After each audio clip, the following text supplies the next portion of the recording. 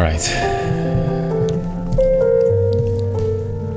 Welcome back to the J. Roland Speaks podcast, guys. I'm going to wrap things up here pretty soon. I do want to just sort of do a little patch-up work with what I was saying in the previous segment. And that was when I was talking about the Les Miserables, right? About when Jean Valjean was shown forgiveness when he didn't deserve it. So the whole point of referencing that story was to share with you guys that many times we actually waste so much time trying to reason why we are shown some type of compassion and when we are shown peace.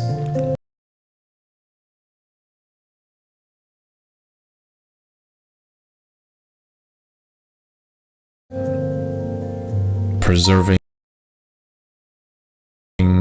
selfish, thief, obnoxious, rude, prideful, very arrogant, and just a very cruel, bitter soul. And it wasn't until he met this priest that showed him grace and mercy and compassion, shared his home, shared meals, and even gave him a free room and board, right, where he can actually cleanse himself, take a hot bath and all these things. And then was shown the opposite of gratitude, right? The priest was shown the opposite, right? Instead of actually being thanked for his kindness, his hospitality, he was ridiculed, sucker punched, and stolen from, and all kinds of other insults too, right? And then the day that the police found him, then all of a sudden the priest decided to show forgiveness and mercy to this lost soul, to this cruel man. And so for that entire time, Jean Valjean was confused. Of course, he broke down, but he was resistant. He couldn't believe that this guy would even remotely show him any kind of forgiveness. Because Jean Valjean was scratching his head. He was thinking, I don't deserve it. Why are you doing this?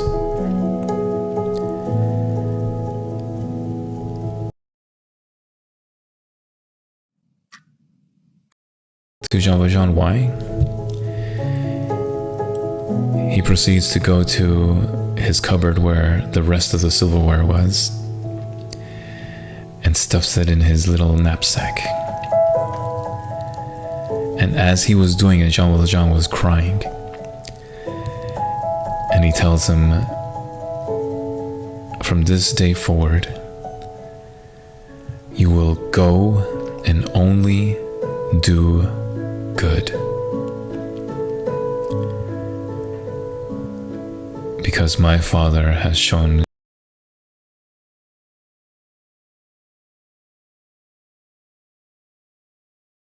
so I will do the same for you.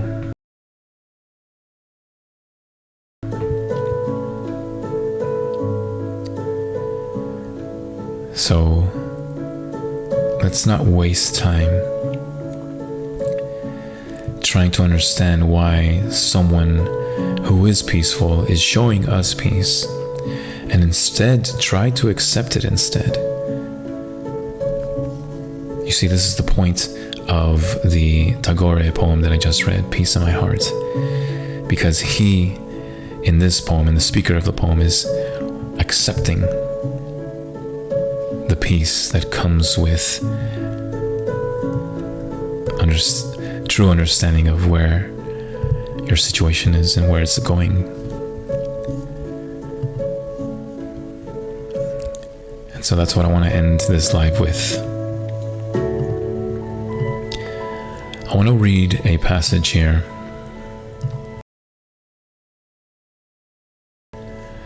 This continuation of a passage I read in my last life. And if you don't recall, in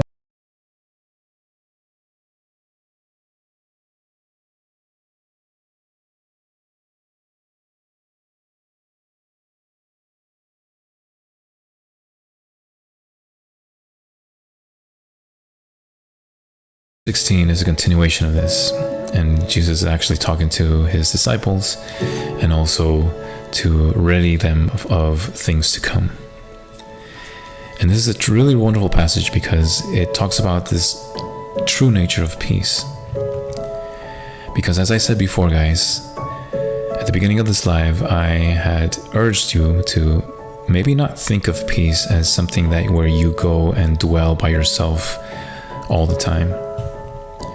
But maybe peace is more about being in community, and more importantly, to not make amend of fairness, but more about just letting all of your burdens and just giving them up to a person who is peaceful. Because a peaceful person will always just take it from you so that you have nothing left in your heart but peace.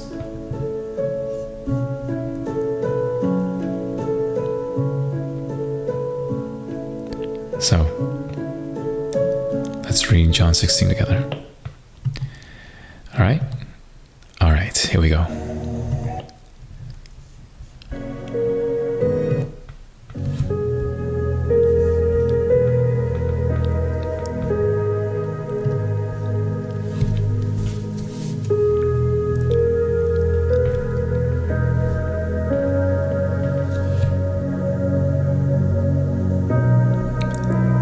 I have said all these things to you to keep you from falling away. They will put you out of the synagogues, and indeed the hour is coming when whoever kills you will think he is offering service to God. And they will do these things because they have not known the Father, nor me. But I have said these things to you, that when their hour comes, you may remember that I told them to you. I did not say these things to you from the beginning, because I was with you. But now I am going to him who sent me, and none of you asks me, "Where are you going?" But because I have said these things to you, sorrow has filled your heart. And nevertheless, I tell you the truth. It is to your advantage that I go away. For if I do not go away, the Helper will not come to you. But if I go, I will send him to you. And when he comes, he will convict the world concerning sin and righteousness and judgment. Concerning sin, because they do not believe in me. Concerning righteousness, because I go to the Father, and you will see me no longer. And concerning judgment, because the ruler of this world is judged. And I still have many things to say to you, but you cannot bear them now. And when the Spirit of truth comes, he will guide you into all the truth. For he will not speak on his own authority, but whatever he hears, he will speak. And he will declare to you the things that are to come. And he will glorify me, for he will take what is mine and declare it to you. And all that the Father has is mine. Therefore I said that he will take what is mine and declare it to you.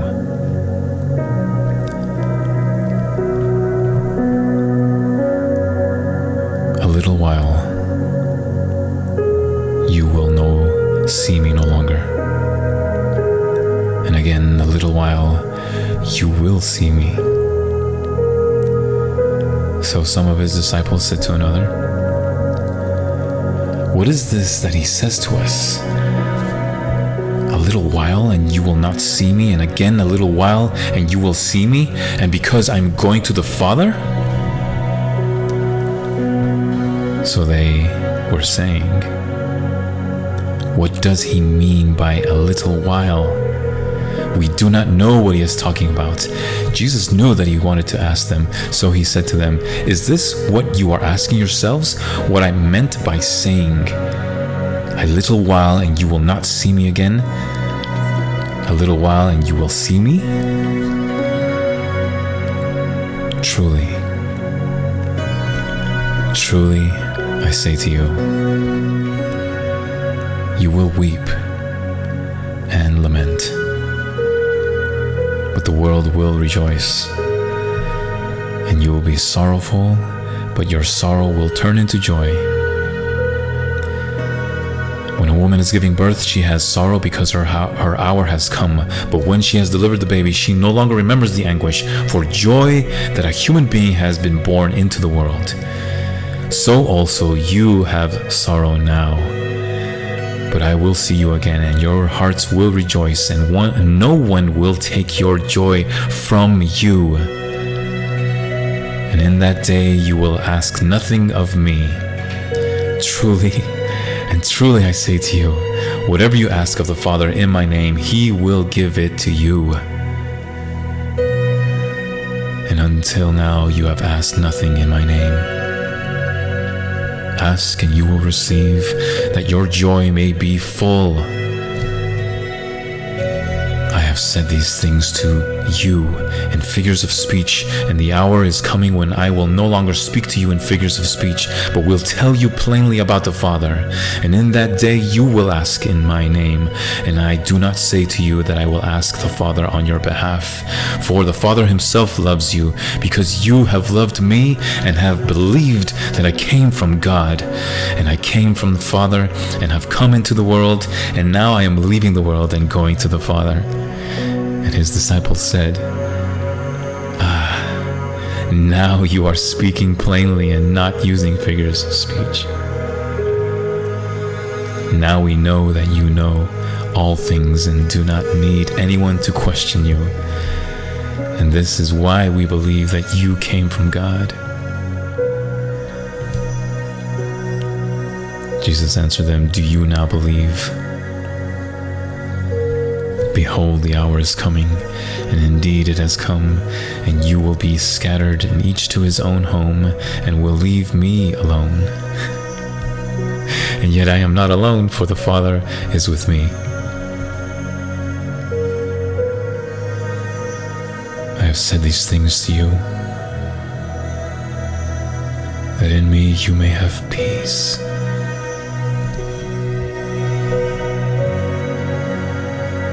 And in the world you will have tribulation. But take heart. I have overcome the world.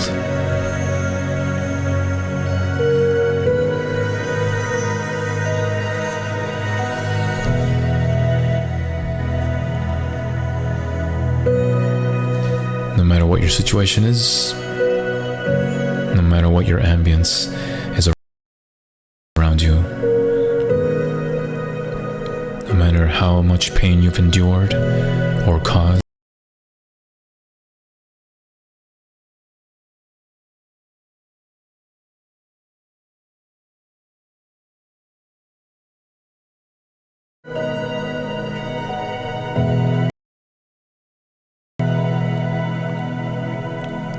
no one in the history of this world has proclaimed a restorative peace, a merciful peace, a faithful peace, and a peace full of hope.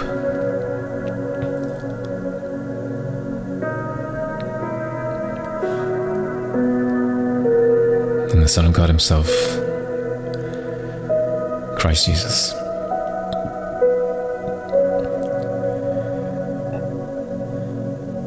He is consistent.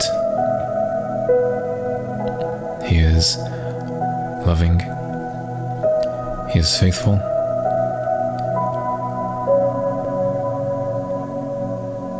and He is hope incarnate.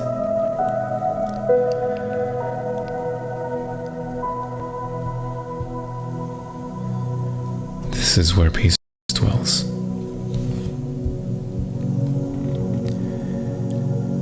You don't have to convince yourself every day in the mirror that things will be good, that you are good. Jesus knows who you are, and He's already shown us a true peace and hope in this world. So rather than mend that wall, fight that question,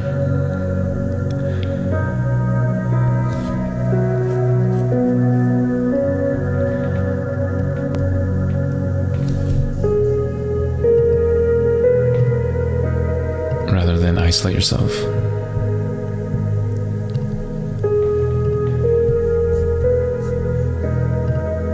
Why don't you be that Christmas bell and let those carols sing, and the wild and sweet the words repeat of peace on earth and goodwill to men.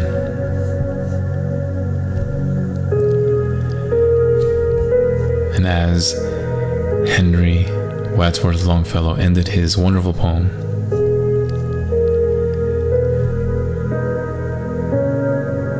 and in despair I bowed my head. There is no peace on earth, I said, for hate is strong and mocks the song of peace on earth, goodwill to men. But then pealed the bells more loud and deep.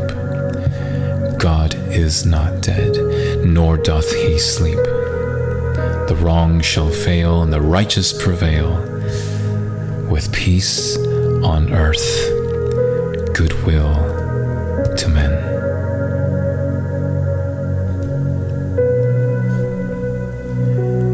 May you find peace in your heart, and may you seek altruistic truth. And no matter what somebody says or does or even thinks of you, know that the creator of this amazing and wondrous universe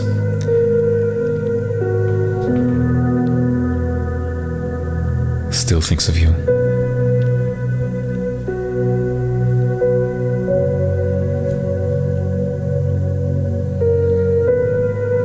He placed a foundation for you to stand on, to walk on,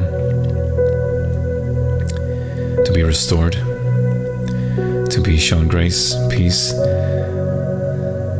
faith, hope, and love.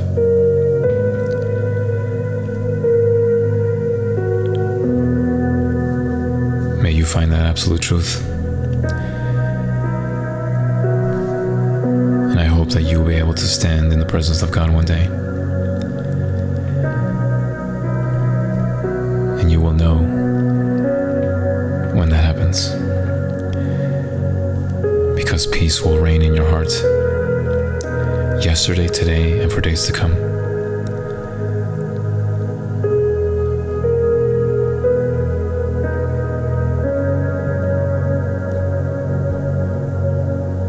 In the name of the Lord. Thanks for being here, guys. Have a wonderful week, day, night.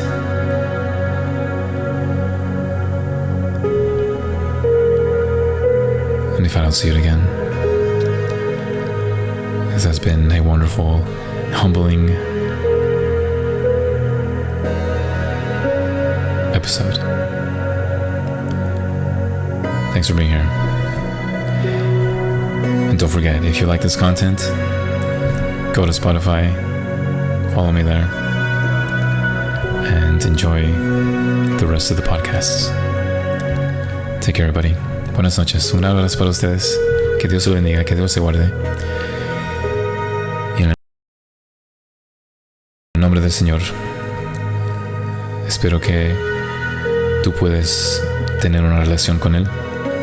Él te quiere conocer, Él te quiere amar, Él te quiere abrazar. Él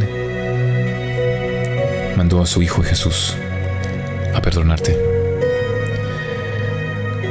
Y espero que tú también te arrepientes de la maldad que has hecho, porque ninguno de nosotros somos perfectos. Y honra a Él, porque Él te ama. Y Él te va a honrar, te va a proteger, te va a amar.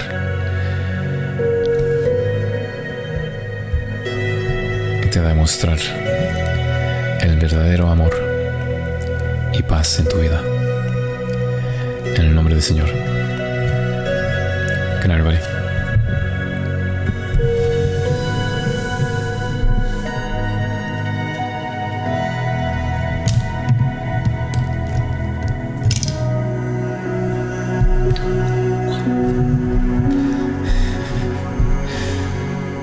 On the day's work.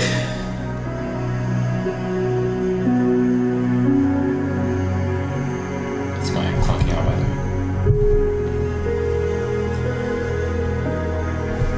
Anybody say anything interesting?